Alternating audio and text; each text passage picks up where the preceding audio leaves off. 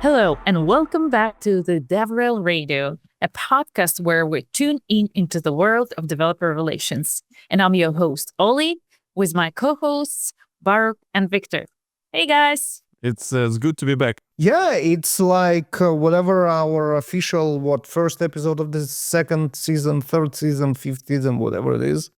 It's been a while. It's great to see you, folks. How have you been? There's a lot happened since last time we met.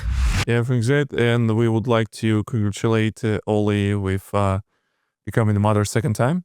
Yay! This is Yes. exciting. And it's great to have you back in the world of adults, where we're doing adult stuff, working and trying to survive day by day. So, Viktor, you have a new job? Yeah, New, I old believe one? so.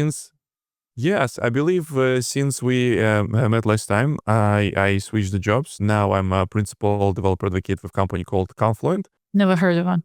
People calling this a boomerang. I don't know what this even means. Yeah, it is, right? So you've been around the block and you've been in Confluent for a couple of years, and now you're back. This is pretty cool, and that's, I guess, like a very good place to be.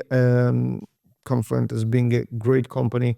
And there are a lot of developments, career developments for us as well. So I finished my tenure with Gradle and transitions to be their advisor, which means like a very low bandwidth job, and looking for something fun to do in the future. Looking for a player coach kind of position when I can do both chop wood, carry water, as we say in developer relations, being out there with the community, but also help building the developer relations organization and take it forward. Market is being weird. Yeah, I really like how you did this kind of like a segue and the perfect like a setup for the topic of today podcast, right? When you introduced that we have some changes in our professional careers, and I think it's a great opportunity to talk what is going on in the world and in the world of IT, and specifically that in the world of developer relations. Yeah, so it's been weird. Last time I was looking for a job was in early 2024 to 2022, 2 years ago, and it was right after like the COVID hype crash, and it was in the middle of all those hiring freezes, and no one hired. But whoever actually did hire still had this lots of free money mentality from the COVID days. So the salaries were generally compensation was very nice. There was very few opportunities, but the opportunities were really well compensated. What I see today is kind of exactly the opposite. The hiring freeze kind of went away, and there are a lot of open positions, even now during the holidays, which is usually a very quiet period.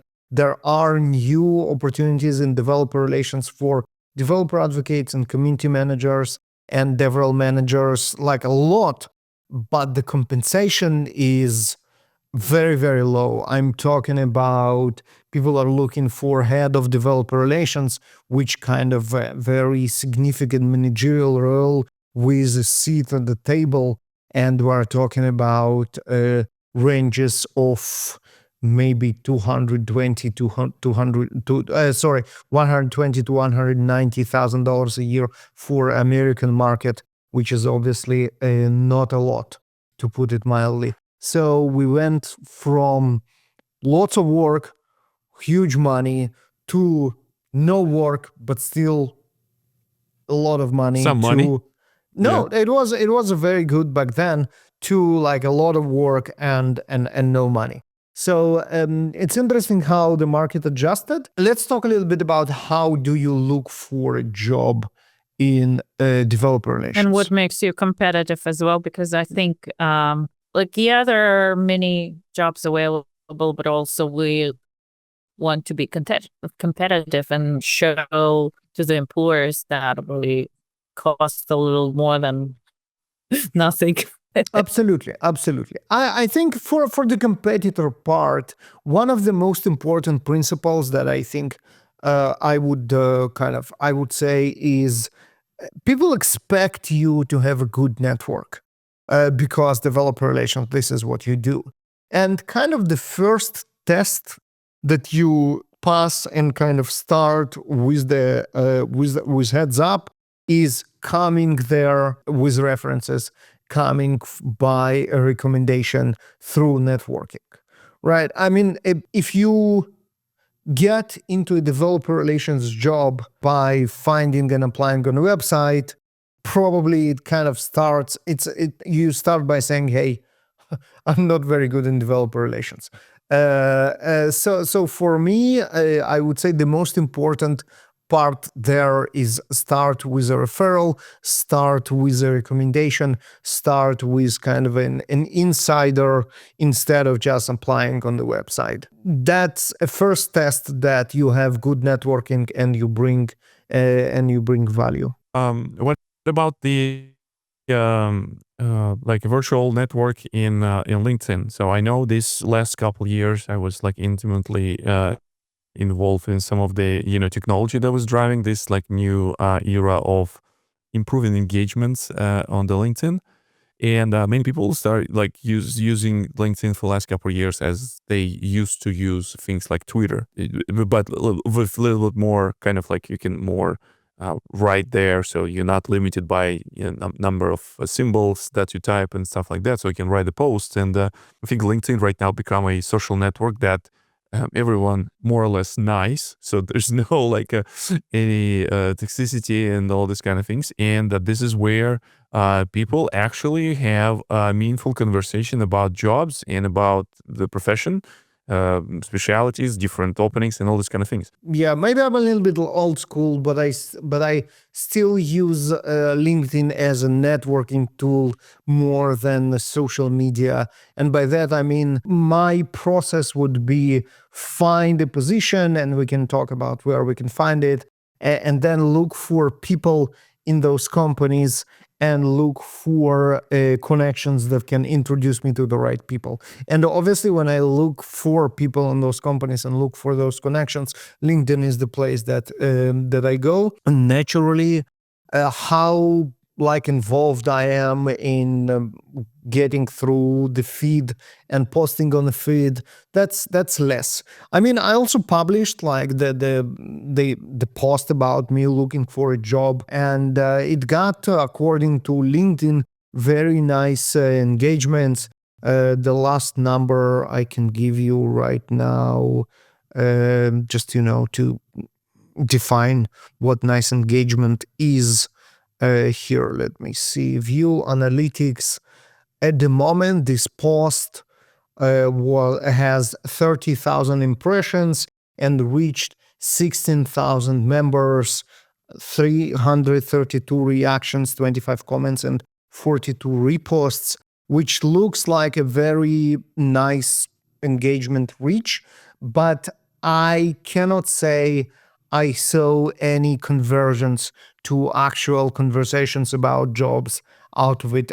Maybe a couple, but definitely not something proportional to 30,000 views. Well, that's not the direct conversion from this post to conversation is not the only benefit that you can get from it, because like you said, when you come to a company and on their website and they post, maybe if you still have this post on your LinkedIn or any other social network that the company finds important, they still can go to your profile and everything checks out like, yeah, he posted and people actually reacted on that. They reposted and everything.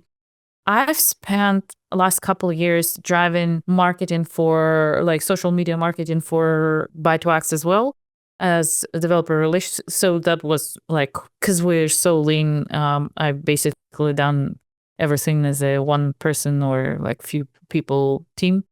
And I've seen the change from how people use LinkedIn as a marketing tool, as the actually learning platform, as a newsletter platform, and things like that. A lot of people migrated from other services to LinkedIn. Others migrated from LinkedIn too. And I think it's would be fair to say that it's not only the tool where you can find job listings, but also where it is a working tool for developer relations now. Like, even if you don't see the direct conversion, it is saying something. Like, people check, okay, this person is active. Yeah, Good, no, nice. absolutely. I mean, I don't disagree with that. I'm just saying, like me, I still didn't get used to reading the feed. Regarding sources of or where do you find those positions, that's also a very interesting, might be very, very interesting conversation to have for the sake of our listeners and viewers. So my kind of list of sources is first and foremost DevRelCareers.com website. And that's a website that curates listings in developer relations space. It's very nice because it's very focused, right? All you will get there is developer relations career, and it kind of clears the marketing fluff around it. Noise. The noise. It will digest the most important information on the homepage, like what is the title, is it remote or in office, is it full-time or part-time, and what if it listed, what is the compensation range. So it's very nice. You can log in and then set up alert. Notifications, alerts. Yeah. Alerts that will be sent to your inbox, and this is a very, very nice source. The other one is obviously LinkedIn. So if you go to jobs, you can again create a saved search, and then you can filter stuff like experience level and full-time, part-time, remote, in office, expected salary, and even company that you want. So generally, developer relations as a search term for your saved search works relatively well. You will get, especially at the top of the search, a lot of relevant results. That works pretty well as well. I also tried stuff like Glassdoor and Indeed, but they are not as good in terms of finding what we really search for. So stuff like developer relations will yield a lot of other relations stuff like investor relations and public relations.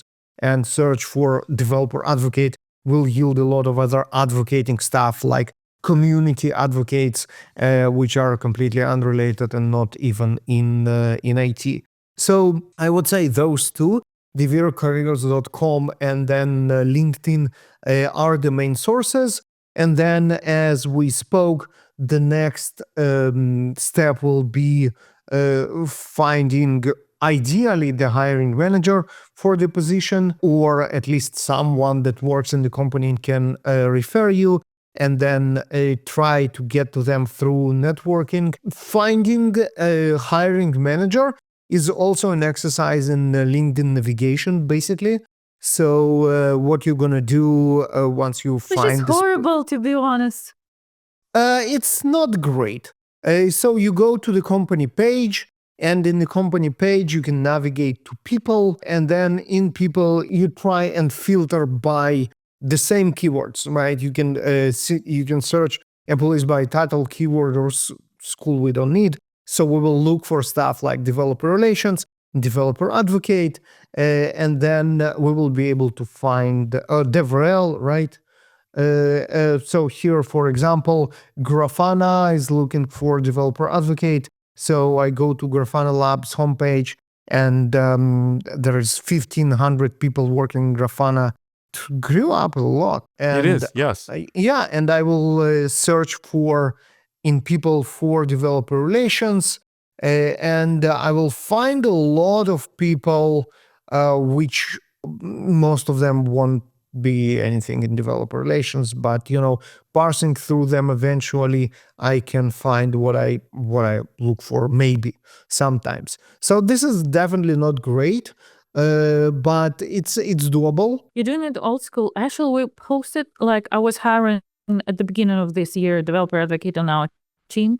And when we posted the job listing, actually, like, within 15 minutes, a lot of bots, which are AI generated, of course, would apply. Maybe some of them did it manually, but I doubt it, because the cover letters and whatnot were very generic ones and very chat GPT sounding.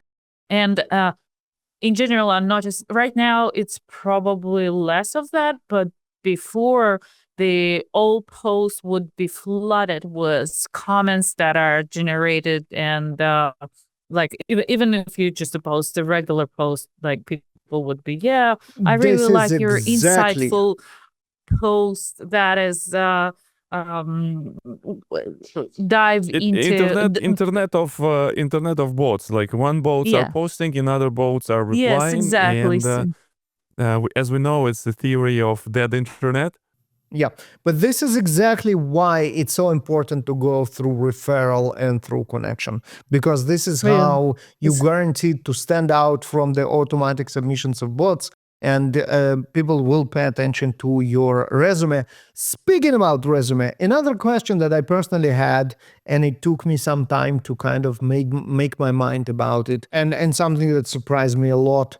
All of the recruitment platforms still ask for a resume, which I think is a very weird concept in the age of LinkedIn profiles. Everybody have a LinkedIn profile. It's structured, it's well defined, and if you have a good LinkedIn profile, why would you ever need a resume?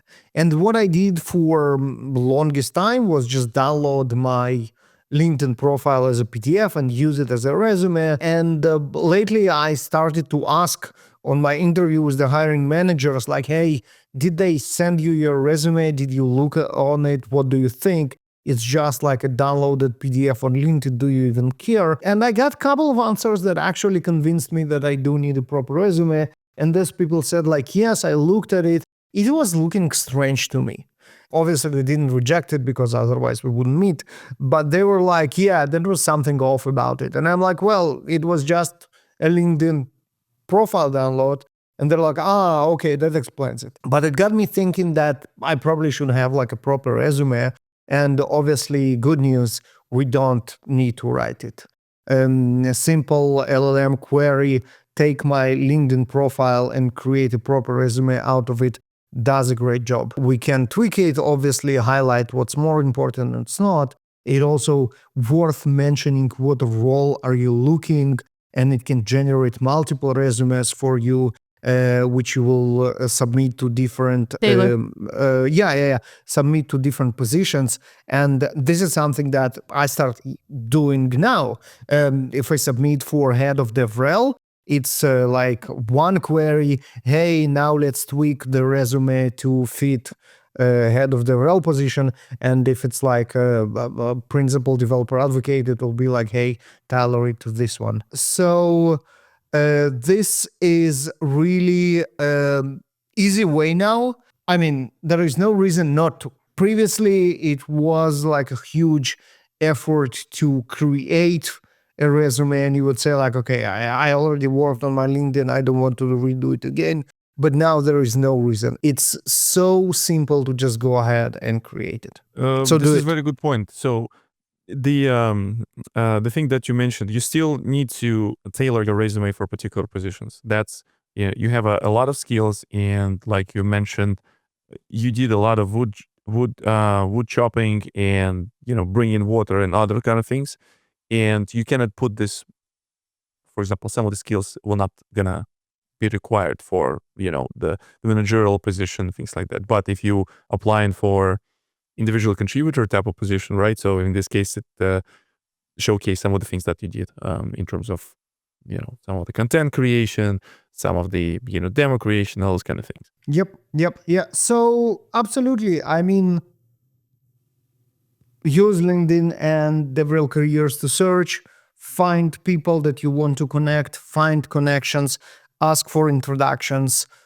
Don't be shy about that. This is how you will be distinguished from bots. Generate a nice looking resume out of your LinkedIn profile and the other sources before applying. I would say that would be my top 3 advices of how to look for developer relations job in 2025 already. Look at us.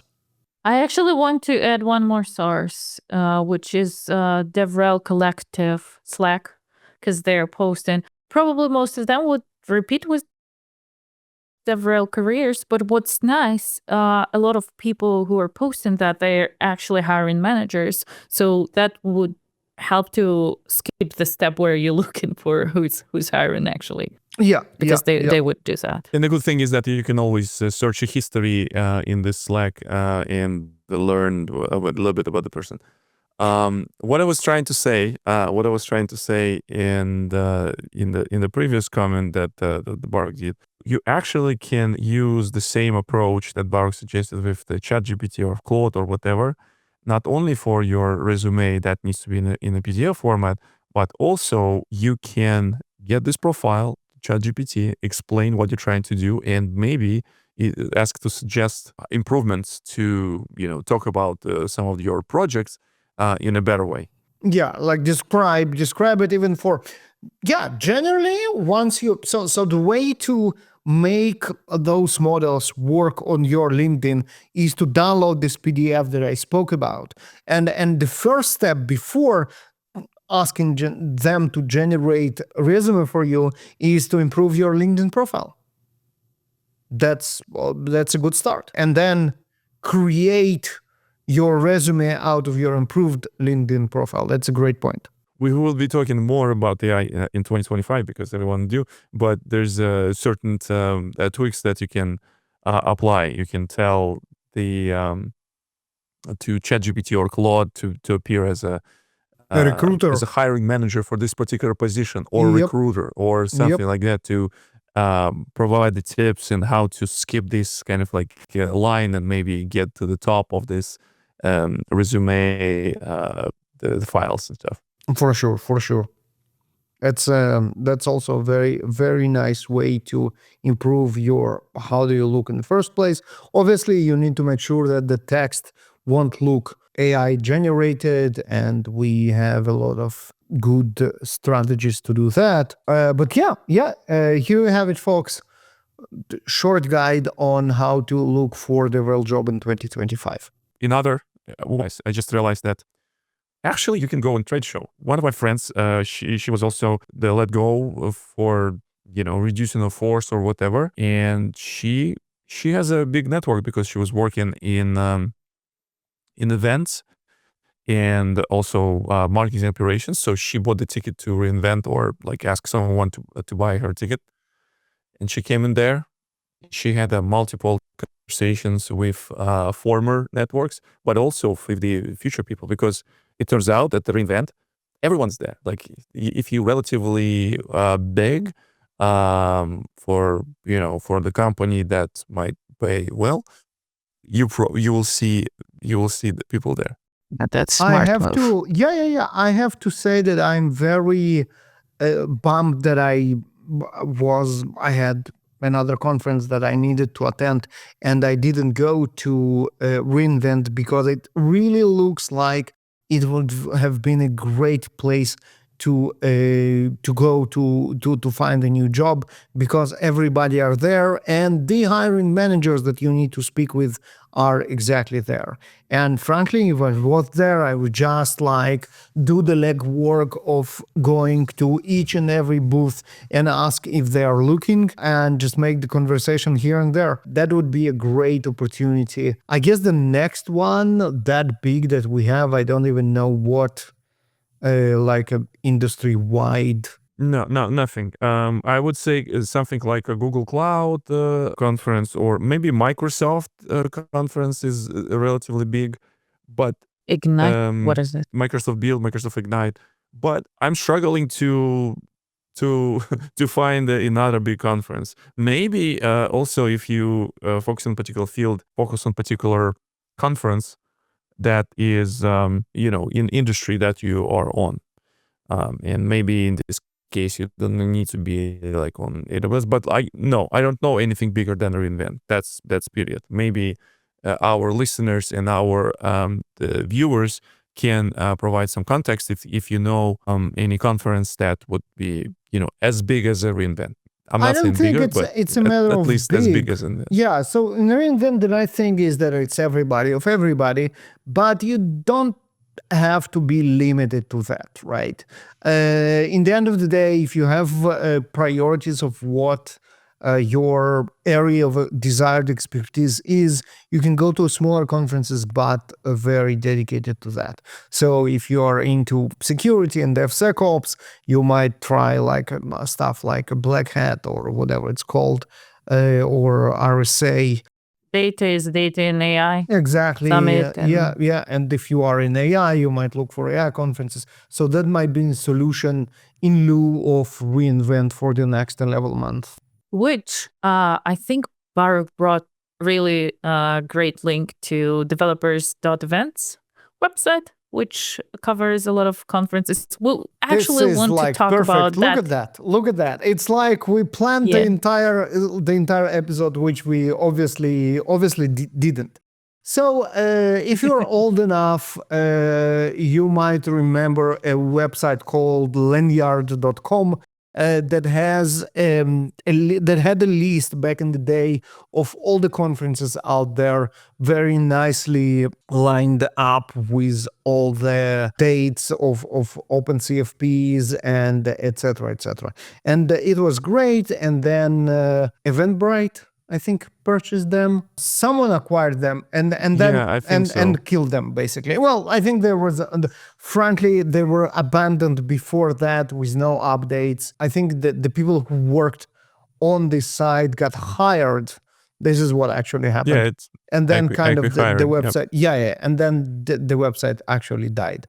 And there were different attempts to create something like that. Tulula, if you remember, was one of them that would try to do that, and others. And none of them were comprehensive enough and had a great user experience to actually be our day-to-day tool for discovering events and submitting to them, etc. I think lately a lot of that was kind of incorporated into Sessionize, as more and more conferences use Sessionize for their CFP platform. And Sessionize has a very nice way to show all the events with open CFPs, but it still leaves out all the conferences that don't use Sessionize as their CFP platform, and there's still plenty. Even if we say like Sessionize now have 50% of the market, it's just half of the conferences that we miss out. And recently I discovered a website that calls developers.events. And I was surprised to see that it has everything.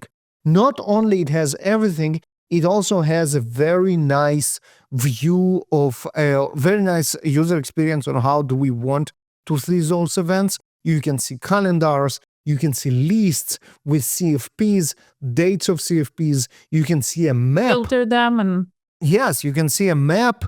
Those events are listed on a map. So if you are geographically bound, you can do by that. And then you obviously can filter by whatever is more important to us. And that's call for papers open, but also other important stuff like, for example, closed captions and scholarships, whether they are online, and then filter them by region and even by country. The beauty of all that, on top of the amazing user experience, is that it's not only completely crowdsourced, but also very elegantly crowdsourced.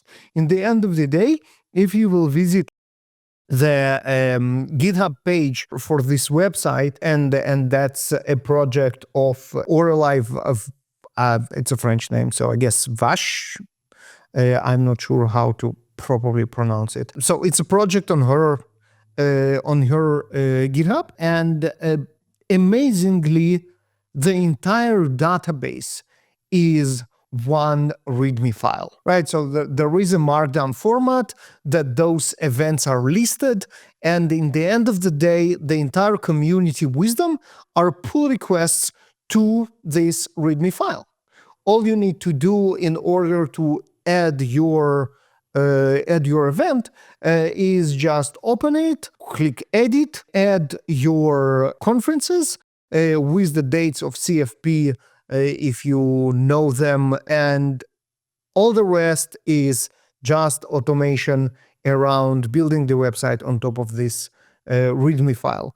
Beautiful, elegant, obviously very, very inviting because the contribution is so simple, and she's been very responsive in reviewing pull requests and merging them. That's my new favorite website of all times, people. That's what I can say. Yeah, you cannot just like stop talking about this. It looks like it's like a good thing. You need to start using this one. So with that, we have to stop now because I have to go. But thank you everyone for being with us on this episode. And now, Viktor, say your regular inviting to follow us. And yes, absolutely. Victor is the big social media buff. He needs to say his things. So first of all, we still are on X, formerly known as Twitter. Very soon, probably by the time this recording would be available, you can follow us on the Blue Sky as well.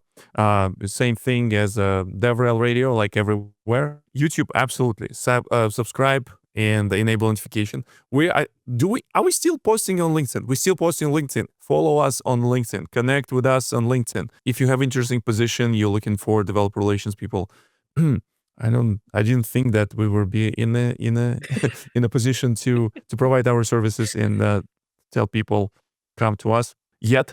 Also let us know in comments in the YouTube, and obviously audio would be available wherever you are listening your podcast, and our contact information. This is the reason why we're doing this is the marketing and Baruch, how we saying this? Vanity and marketing. Vanity. It's a marketing Yes. and vanity. Yes, vanity and marketing. Follow us, hit us up on the social media, suggest the topics, suggest guests. everyone, if developer relations, community, and developer advocacy is close to your heart, please follow us, like, share. Thank you. See you next time. If you know positions, send them our way. We need to find a job.